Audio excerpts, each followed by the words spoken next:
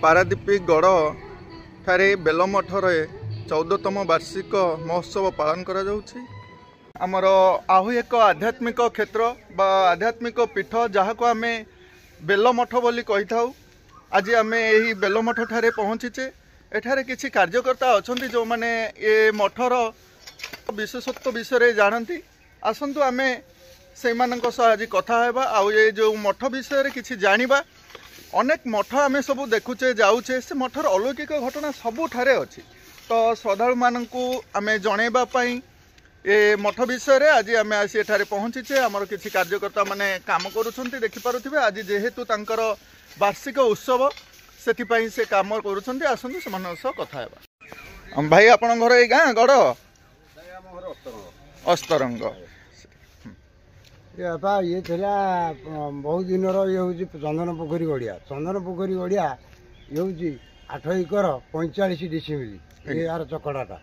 चन्न पोखरी कहले जो चन्न पोखरी हमर गड़िया आगे 8 एकर 45 एमती कि से सब थिला रजाहार गड़िया से तो समय ये पड़िया थिला जंगल थिला कंटा बण थिला गोखरा कंटा आदि चली पारती पाद दे महापुरुषंकर ये बेल मठ माने बाट थिला से तुठ बेल तुठ थिला माने बहुत बेल गछ सब थिला बेल तुठ से कह जाए बेल गछ थिला एपटे सब गाधुआ पाधुआ कर चन्न पोखरी के आसंती गाधेबा पई जेहेतु बेल मठ बेल तुठ कह जाए सेतबेले आकस्मिक जेमती जनकु स्वप्नाहत होला भलिया ये एठी गोटा ये कर सफासफी करिकी टिके ये कर त्रिनाथ बसैकी ये आसिकी ना पिला माने सब सफासफी करी बाली कुद थला ताकू सफा कले सेपटे सब बाली खोलिकी नहीं जाइले खाल थिला खाल हो जाइला से खाल गुरा पोतिकी ताकू सब समान कले समान करी आस्ते आस्ते ब्राह्मण आनी पूजा करी मूर्ति आनिकिना बसैकिना तेणिकी ठाकुरंकर चली पिला माने घर सब मूल मजूरी नागिकी आनिकी मासरे 200 टंका लेखा खर्च दौन ठाकुर देकी आज नना नौची आउ माली नौची ठाकुरंकर नीतिआनी आवश्यक जहाँ नागुची आयु गछ वृक्ष शुद्ध भूमि बाली थला भूमि बाली ये भूमि बाली उपर गछ वृक्ष सब लगेचु ये देख नागचंपा से नागचंपा गछ ये नागचंपा गछ नहीं कि से सेपटे रुद्राक्ष गछ। आसंतु आमे टिके गछ बर्तमान देखिबा। आमे जे वन जाउछे बा मठ को जाउछे बहुत औषधीय गछ आमे पाउछे। तेणु रुद्राक्ष गछ आज्ञा देखि पारुथिबे ये होछि रुद्राक्ष गछ आ एठारे रुद्राक्ष मध्य हेछि देखि पारुथिबे। आ टिके देखेबे रुद्राक्ष फल। अच्छा देखि पारुथिबे आपण माने ये होछि से रुद्राक्ष फल। हाँ अच्छा रुद्राक्ष गछ सोनो चंपा बेल गछ देखि पारुथिबे पूजा करा जाउछि एई बेल मठ जाको हमें कहूचे। हाँ आसंतु आमे मठ को जिबा परे मठरे अनेक देवादेवी मूर्ति मध्य रहुछि। पार्श्व देवादेवी भाव में समस्ते पूजा पाउछंती। ये होउछंती त्रिनाथ मठ। प्रभु त्रिनाथ एई बेल मठ ठारे पूजा पाउछंती। श्रद्धालु माने भक्त माने प्रभु को पूजा मध्य करुछंती। प्रभु जगतर नाथ जगन्नाथ एठारे मध्य पूजा पाउछंती एही बेलमठ ठारे। काहेकि ना तांकर एक सुंदर मंदिर प्रस्तुत करा जाउछि। मंदिर निर्माण परे प्रभु सेठा को जिबे। वर्तमान एही गर्भगृह रे भगवान रहिछंती। आसंतु जानि एही धाम केते सुंदर वन जो जगन्नाथंकर तिलक आज से पीठ देखिपे। नारायण प्रभु नारायणंकर तिलक एठारे शोभा पाउछि। ये विषय मध्य आसंतु आमे किछि जानिबा। शंख चक्र गदा पद्म से तोड़े होइकिना या ऊपर गोटे सप्तफेणी हबो ता ऊपर आ ऊपर गोटे सप्तफेणी हबो से काम पाइली जरे पैसा पत्र नाही आज्ञा ए छोटिया अनुष्ठान पिला माने नागिकिना आसिक 10-15 वर्ष होला जिनस गुड़ा सब करूची। नहीं नहीं आध्यात्मिक अनुष्ठान छोट नुहे।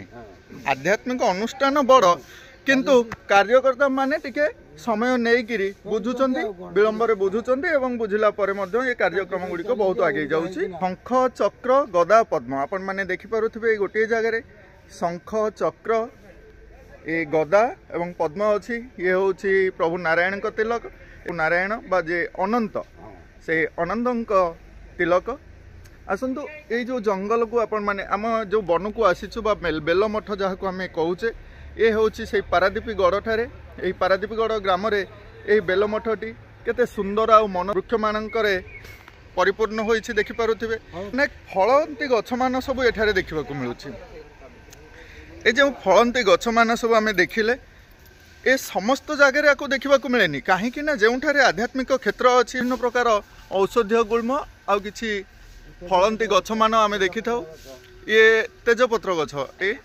तेजपत्र गछ ये देखिपे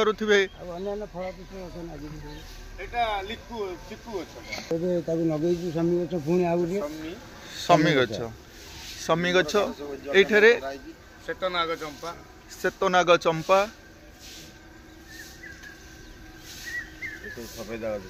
ये जो ए फल विषय सपयिता कह चिक्कू फल यही चिक्कू फलर गछ गुड़िक देखिपे केते सुंदर फल गुड़िक से कहुच्छी मठ मानकरे सुंदर फल तेणु कहीं मठ मानकरे सुंदर फल हुए कहीं अतीत समय रे आमर मुनि ऋषि माने एही अरण्य रे रही तपस्या करुथिले एवं सेठारे फलमूल खाई सेमाने तांकर जीवन धारण करुथिले तेणु सेथिपई सेमानक स्मृति रे समस्त मठ मानकरे विभिन्न फलंती गछ मान सब लगा जाउछि आताजी गछ मध्य बेल मठ आकु कहूचे सुंदर बेल गछ मन मध्य अछि एही तो होउछि आम मानकर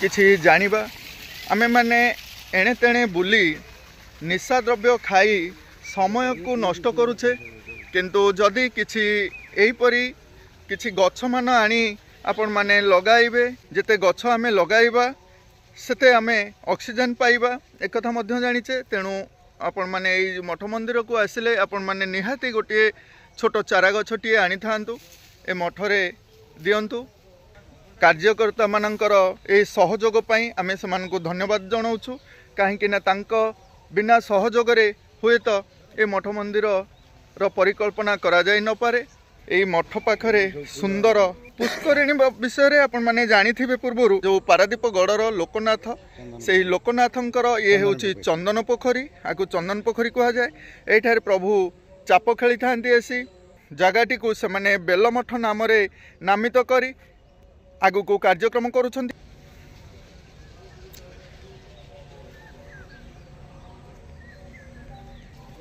आपण माने श्रद्धार सहित ये बेलमठ को आसतु विभिन्न फलंती गछ मान रही औषधीय गछ मान किछि रही आपण माने ये जगह को आसतु आसला बेले साथी रे गोटे गोटे छोट चारा गछ आनी थांतु आपण मानकर पुण्य जदि चाहूचंती ताहले एपरि किछि करंतु धन्यवाद बेलमठर होची सभापति जम पारादीपगढ़ ग्राम अवस्थित ये साई मंदिर तैयारी चलती बेलमठ ठारे देखिपे ये साई मंदिर ये जगन्नाथ मूर्ति अच्छी जगन्नाथ मूर्ति अच्छी त्रिनाथ मंदिर अच्छी तापर ये हूँ कि पड़ार किसी पिला प्रथम ये मुरबी किसी पिला ये परिष्कार परिच्छन्न करी आगे आरंभ कले तापर आम ग्रामर बहुत मुरबी मैंने समस्ते मिसिले मिसिकी ये मठ बेल मठ को आहरी डेभलप कर सरकार ये साहाय्य रही जहाँफल आम ओडिशा नवीन ओडिशा प्रोजेक्ट रे ये घर दुईटा करा घर आज्ञा प्रतिष्ठा उत्सव बेलमठर 14तम प्रतिष्ठा उत्सव आठी बहुत आडंबर पूजा करा जाए यज्ञ बर्तमान अनुष्ठित हो आज संध्यारे 2000-3000 लोक प्रसाद व्यवस्था करा जाए सब आमर मेम्बर मैंने समस्त आसे समस्त कार्य लगी